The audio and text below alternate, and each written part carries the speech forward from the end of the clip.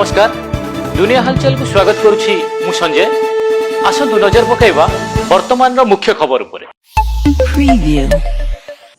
गंजाम जिला खलिकोट उत्तम गौड़ परिवार प्रतिपोषण पर गत 2 वर्ष तले दुबई जाई एक घरोई कंपानी रे श्रमिक भाव काम करुथिले। हेले दुबई रु आसिला मृत्यु खबर फल पूरा परिवार शोकरे बुड़ीवा सह मृतदेह फेराई आनिबाकू स्थानीय प्रशासन को आकुल निवेदन करिसेंती।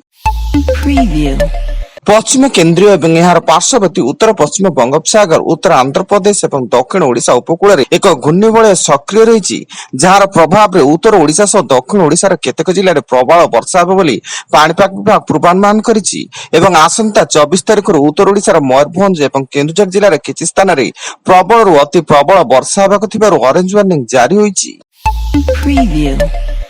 गंजाम जिला बेगुनियापड़ा ब्लॉक अंतर्गत सुमंडल पंचायत भालिया झर ग्राम जड़े युवक शवदाह करने जाई हृदघात मृत्युवरण करिसेंती। मृत युवक हेले करुणाकर साहू। से एक गैस एजेंसी रे सप्लायर भाव कार्य करुवा बेले घटनाटी स्थानीय अंचल रे शोकर छाया खेली जाइछि। ढेंकानाल जिला पर्जंग थाना अंचल 149 नंबर जातीय राजपथ निकट रे ट्रक और ट्रलर मध्य मुहांमुही धक्का घटनास्थल रे ट्रक चालकंकर मृत्यु घटिया बेले पर्जंग थाना पुलिस घटनास्थल रे पहुंची मृतदेह उद्धार करी तदंत जारी रखिछि। रायगढ़ कुमताल पेटा सेक्शन अधीनस्थ डोकुलुगुड़ा ग्राम रे वन विभाग चढ़ऊ बेले बेआईन भाव गच्छित काठ जबत ग्रामर के श्रीनिवास घर 67 गोटी शाल साइज गौरी शंकर चिकाटी घर 67 गोटी शाल साइज और विवेक राव कालागार घर 56 गोटी शाल पियाशाल और सागवान साइज जबत होइतिला। कोरापुट जिला जयपुर सहर केटीएम शोरूम निकट रे कॉलेज छात्र देवाशीष किसान कुलदीप को छुरा माड़ कर हत्या करने घटना रे टाउन थाना पुलिस 3 जन को गिरफ्त कर सेमानंकठारु गोटी छुरी गोटी लुआ छड़ 2टी बाइक और मोबाइल फोन जबत करिछि। पुलिस इन्स्पेक्टर को गाड़ी गुलज करने सह धमक देवा अभियोग रे ब्रह्मपुर गोपालपुर पुलिस बीजेपी रो गंजाम जिला युव मोर्चा सभापति सोमनाथ पात्र को गिरफ्त कर कोर्ट चालाण करछि। जामिन नामंजूर हेबारु तांको विचार विभागीय हाजत को पठाई दिया जाइछि।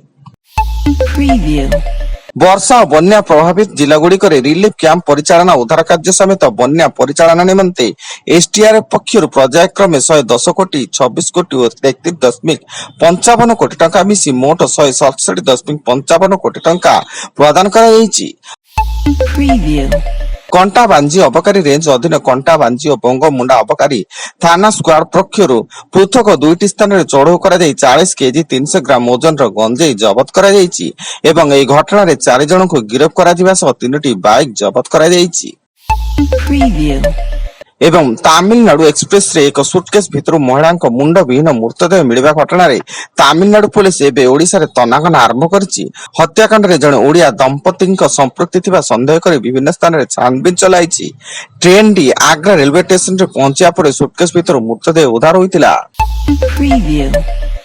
वर्तमान पई एतिकी अधिक न्यूज अपडेट्स पई विजिट करंतु आम वेबसाइट www.duniyahalchal.in। धन्यवाद।